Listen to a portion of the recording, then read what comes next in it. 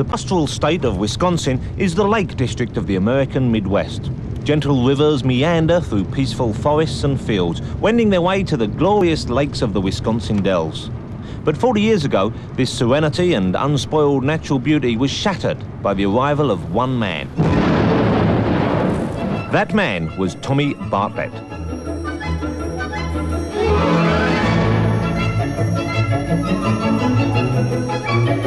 It all began for Tommy with a flashy water ski show. It was a huge success, and the tranquil Dells area was soon built up into a regular black pool. But this was simply small fry for Tommy's whale-sized, American-style ambition. This show started as a hobby, and we have part of the show right behind us now, 40 years ago, and it's turned into, as we say in the United States, big business.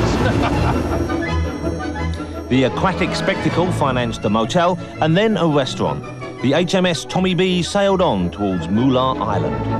The first year, we charged 10 cents for kids and 25 cents for grown-ups.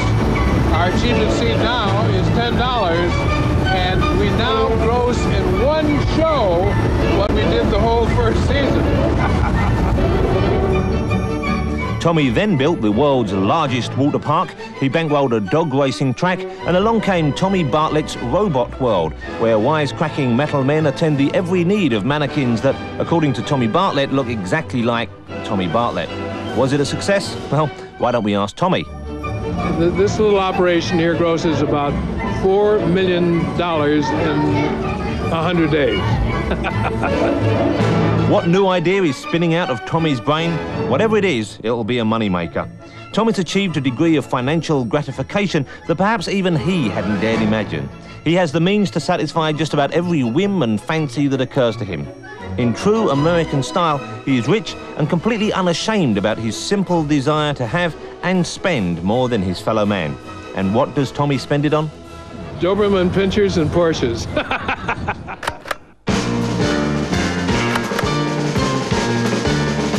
In America, you don't need to go to the right schools or even have a particularly good idea to get rich. There are so many Americans eager to buy, that for a product to pull in a fortune, it simply has to catch one's eye while being, at best, moderately inoffensive. Thousands have funded early retirement from such concepts as the Dearly Bobber, the Click-Clack, even the Pet Rock. Submitted for your consideration, Jacob Zook, the Hex Man of Paradise, Pennsylvania. A lot of people who succeed and make a lot of money do not go to college. My father told me, Jack, if you don't go to Princeton, you'll never amount to a goddamn thing. Good advice, but I didn't like the way he said it, so I never bothered to pick my high school diploma up. I just went out and got married at 18 and went on from there. Mr. Zook took brush to easel and started painting hex signs.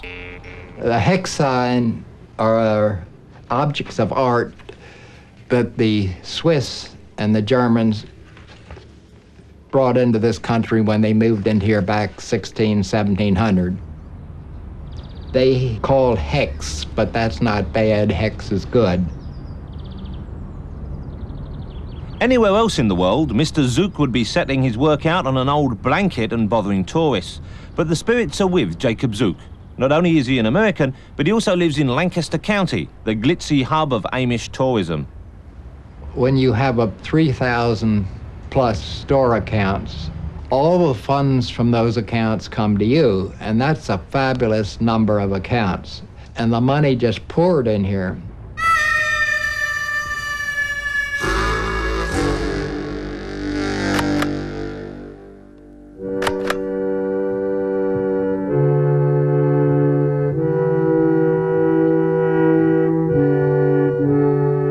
Down in Carthage, Missouri, a man, a very, very wealthy man, a man who could certainly have 50 cars if he wanted, has created what seems to the thousands of tourists who visit daily like a little slice of heaven. It's my pleasure to welcome you on behalf of Sam Butcher and on behalf of myself. My name is Larry, and I'll be your tour guide.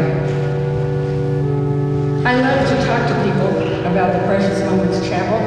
My first time as I walked into this room, I was awestruck. I was talking to a group of little children not long ago, and the tiniest little boy said, "Oh, the roof." So I would like to begin with the roof. The ceiling. Mr. Butcher began there, climbing the scaffolding, lying on his back 35 feet in the air as he painted just inches above his head. Paint fell into his eyes.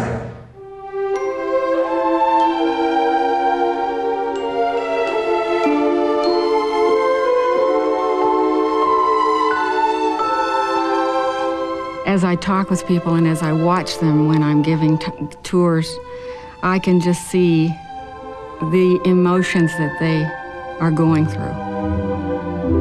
A 6-year-old said, "Oh, the big one is my most favoriteest picture because I lost 3 friends in the last year, and one of them was my almost grandma." As people stand there, they're moved, realizing that the loss of a loved one touches all of us. Mr. Butcher finished this painting in only 2.5 weeks and found that he could paint with both hands at the same time during that time. You see a kitten and a dog because people told Mr. Butcher that they thought their pets were in heaven.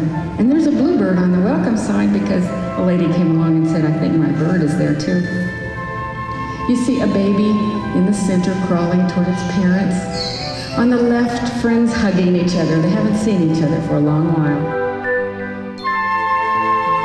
It's a beautiful thing. Everything in there is really, really neat. You don't know how one person can do it. The ceiling was fabulous. I can't imagine anyone painting on their back for as many hours as he did. It was breathtaking, it really was. I haven't ever saw anything like that before. Actually, walking into the chapel, I got chills.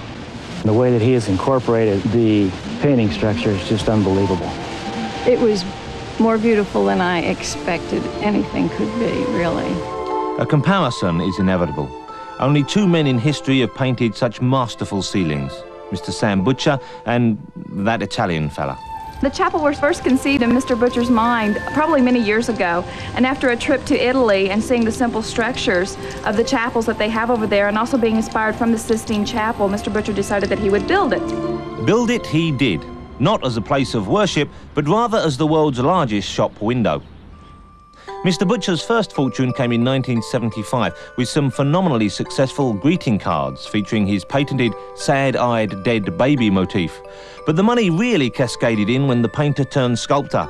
Sad-eyed dead babies in 3 dimensions proved irresistible. They're now the world's #2 collectible and priced accordingly. American devotees have been known to take second mortgages on their trailer homes in order to complete a set. You can purchase these figurines along with other essentials at the Gift Mall, conveniently located just precious moments from the so-called chapel. I think the last count, we have over 20 companies that are producing product for us, ranging from bedding to children's items like bottles, place settings, things like that, to watches. We have shirts, we have hats, or we're working on hats to have. I think that everyone's going to catch on to it, and I think everyone's going to see what's actually being said through it and what you can say through the precious moments.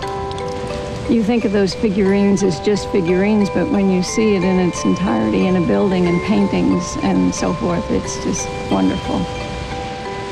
Well, they have such beautiful faces, and I think if a figurine has a beautiful face, it tells you something about what's inside and gives you a little hope and makes you happy. Mr. Butcher loves all people. He has a wonderful gift. He sees a person's heart, and that comes through in his work.